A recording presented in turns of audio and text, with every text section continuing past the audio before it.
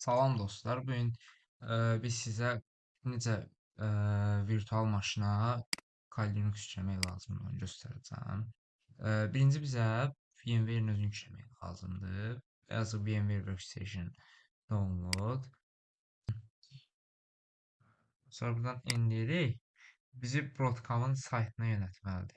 Buradan qeydiyyatdan keçirsiniz. Deməli, qoy açılsın. Buradan qeydiyyatdan keçəndən sonra oradan VMware-inizi yükləyin. Sonra Kali Linux'u göstərəcək bu gün. VMware ətraflı başqa videoda göstərəcəm. Deməli, bizə birinci Kali Linux'u yükləmək üçün birincidən göstərək də. Ay, nə deyəcəm? Kali Linux'da olmalı yazırsınız. Sonra birinci get Kali'ye girirsiniz. Sonra deməli, gəlin burada şimdi siz bunu virtual maşınınıza yükləyəcəksiniz üstə.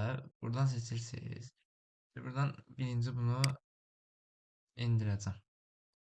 Deməli, WinRAR dosyasının içində bunu bir də üstünü birinci ekstrakt eləyirik. Ay sağ ol. Deməli, sonra Kali Linux'umuz açılır. Avtomatik. Kali Linux'umuz açılsın. Buranın kodu həmişə giriş hissədə Kali olur.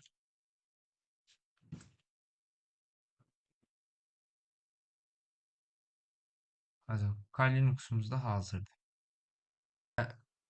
Kali Linux'da məsələn hesaba girəndə root kimi, yəni roota keçməyi öyrətsən. Məsələn biz gəldikcə Kali məsələn altına da indi Kali yazdıq.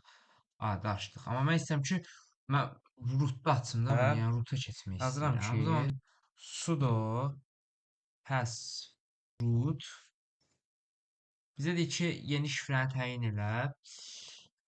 Mən yeni şifrəni burada təyin eləyirəm. Tutaq ki, indi mən yeni şifrəni qoymaq istəyirəm. İndi bir dənə kod qoydum. Təzədən nə istəyir? Təzə şifrəmi qoydum. Nə edirik? Bir dənə bunu göstərmək üçün